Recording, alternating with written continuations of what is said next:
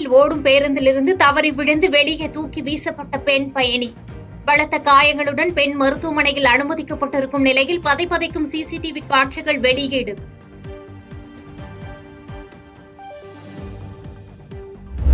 கள்ளக்குறிச்சி விஷசாராய மரணங்களின் சுவடுகள் மறைவதற்குள் மற்றொரு கள்ளச்சாராய மரணம் சம்பவமாகின. விழுப்புரம் கள்ளச்சாராய சம்பவத்தை குறிப்பிட்டு எடப்பாடி பழனிசாமி கேள்வி. கருணாபுரம் சம்பவத்திற்கு பிறகும் திமுக அரசு பாடம் கற்றுக்கொள்ளவில்லையா எனவும் எக்ஸ் வலைதளத்தில் கேள்வி. சட்டவிரோத பண பரிமாற்ற வழக்கில் முன்னாள் அமைச்சர் செந்தில் தாக்கல் செய்த மனு மீது ஜூலை 8ஆம் தேதி உத்தரவு. வங்கி ஆவணங்களை வழங்க கோரி செந்தில் பாலாஜி தரப்பில் மனு தாக்கல் செய்யப்பட்டுள்ளது. மாஞ்சோலை விவகாரத்தில் தொழிலாளர்களுக்கு எதிராக பிபிடிசி நிறுவனத்துடன் இணைந்து நெல்லை மாவட்ட ஆட்சியரும் செயல்படுவதாக புதிய தமிழகம் கட்சித் தலைவர் கிருஷ்ணசாமி பேட்டி.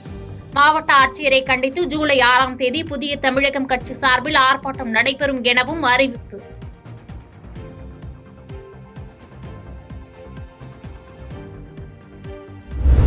அதிமுகவுக்கும் திமுக பொது எதிரி என்பதால் அதிமுகவினர் பாமகவுக்கு வாக்களிக்க வேண்டும் என பாமக நிறுவனர் ராமதாஸ் பேச்சு. விக்கிரவாண்டி இடைத்தேர்தலை அதிமுக புறக்கணித்த நிலையில் ராமதாஸ் பேச்சு.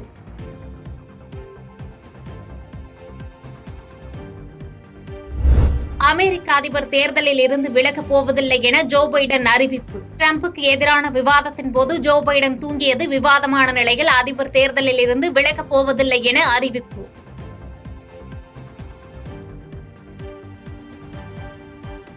இஸ்ரேல் பாலஸ்தீனம் போர் காரணமாக காசாவில் இருந்து 1.9 மில்லியன் பேர் இடம்பெயர்ந்துள்ளதாக ஐநா அறிவிப்பு. கடந்த அக்டோபரில் இருந்து தற்போது வரை 10ல் 9 பேர் எனும் வீதத்தில் இடம்பெயர்ந்துள்ளதாக அறிவிப்பு.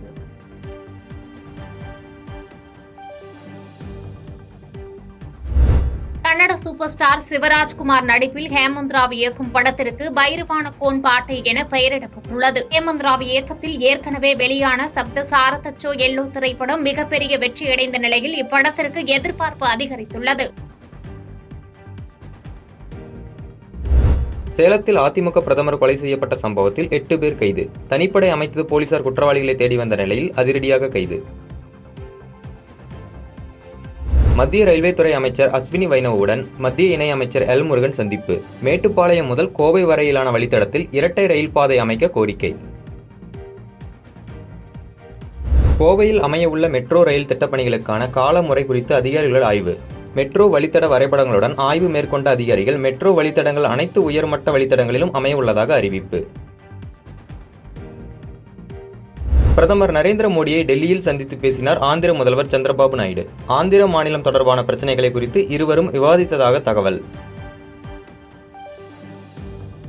டெல்லியில் பைக் செல்வதற்கு வழிவிடாத ஆட்டோ ஓட்டுநரை சரமாரியாக தாக்கிய இளம்பெண். சமூக வலைதளங்களில் வீடியோ வைரலானதை தொடர்ந்து தாக்குதல் நடத்திய இளம்பெண் மீது வழக்குப்பதிவு செய்து போலீசார் விசாரணை. நீட் தேர்வு குறித்து நடிகர் விஜயின் பேச்சு பாஜகவுக்கு சாதகமாக அமையும் என பாஜக மாநில தலைவர் அண்ணாமலை பேட்டி. நீட் தேர்வு குறித்து நடிகர் விஜய் இன்னும் பல தரவுகளில் வைத்து பேசினாலும் நன்றாக இருக்கும் எனவும் பேச்சு.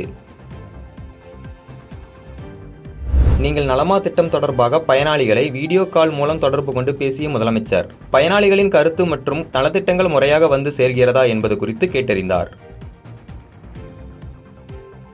தெற்கு பிரேசிலின் ரியோ கிராட் சுல் பகுதியில் ஏற்பட்ட வெள்ளப்பெருக்கு மற்றும் நிலச்சரிவு காரணமாக 180 பேர் உயிரிழப்பு.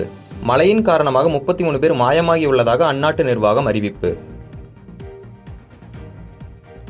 சென்னை ரயில் நிலையங்களில் பயணிகளுக்கு காப்பி கொடுத்து திருட்டில் ஈடுபட்ட பெண் கைது. சிசிடிவி காட்சிகள் அடிப்படையில் திருவாரூரை சேர்ந்த பூமிகா என்னும் இளம்பெண் கைது. பாதகம் செய்பவரை கண்டால் நாம் பயங்கொள்ளலாகாது பாப்பா. மோதி மிதித்து விடு பாப்பா, அவர் முகத்தில் உமிழ்ந்து விடு பாப்பா. அண்மை செய்திகளை உடனுக்குடன் தெரிந்து கொள்ள இணைந்திருங்கள் இயம்நாடு தொலைக்காட்சியுடன்.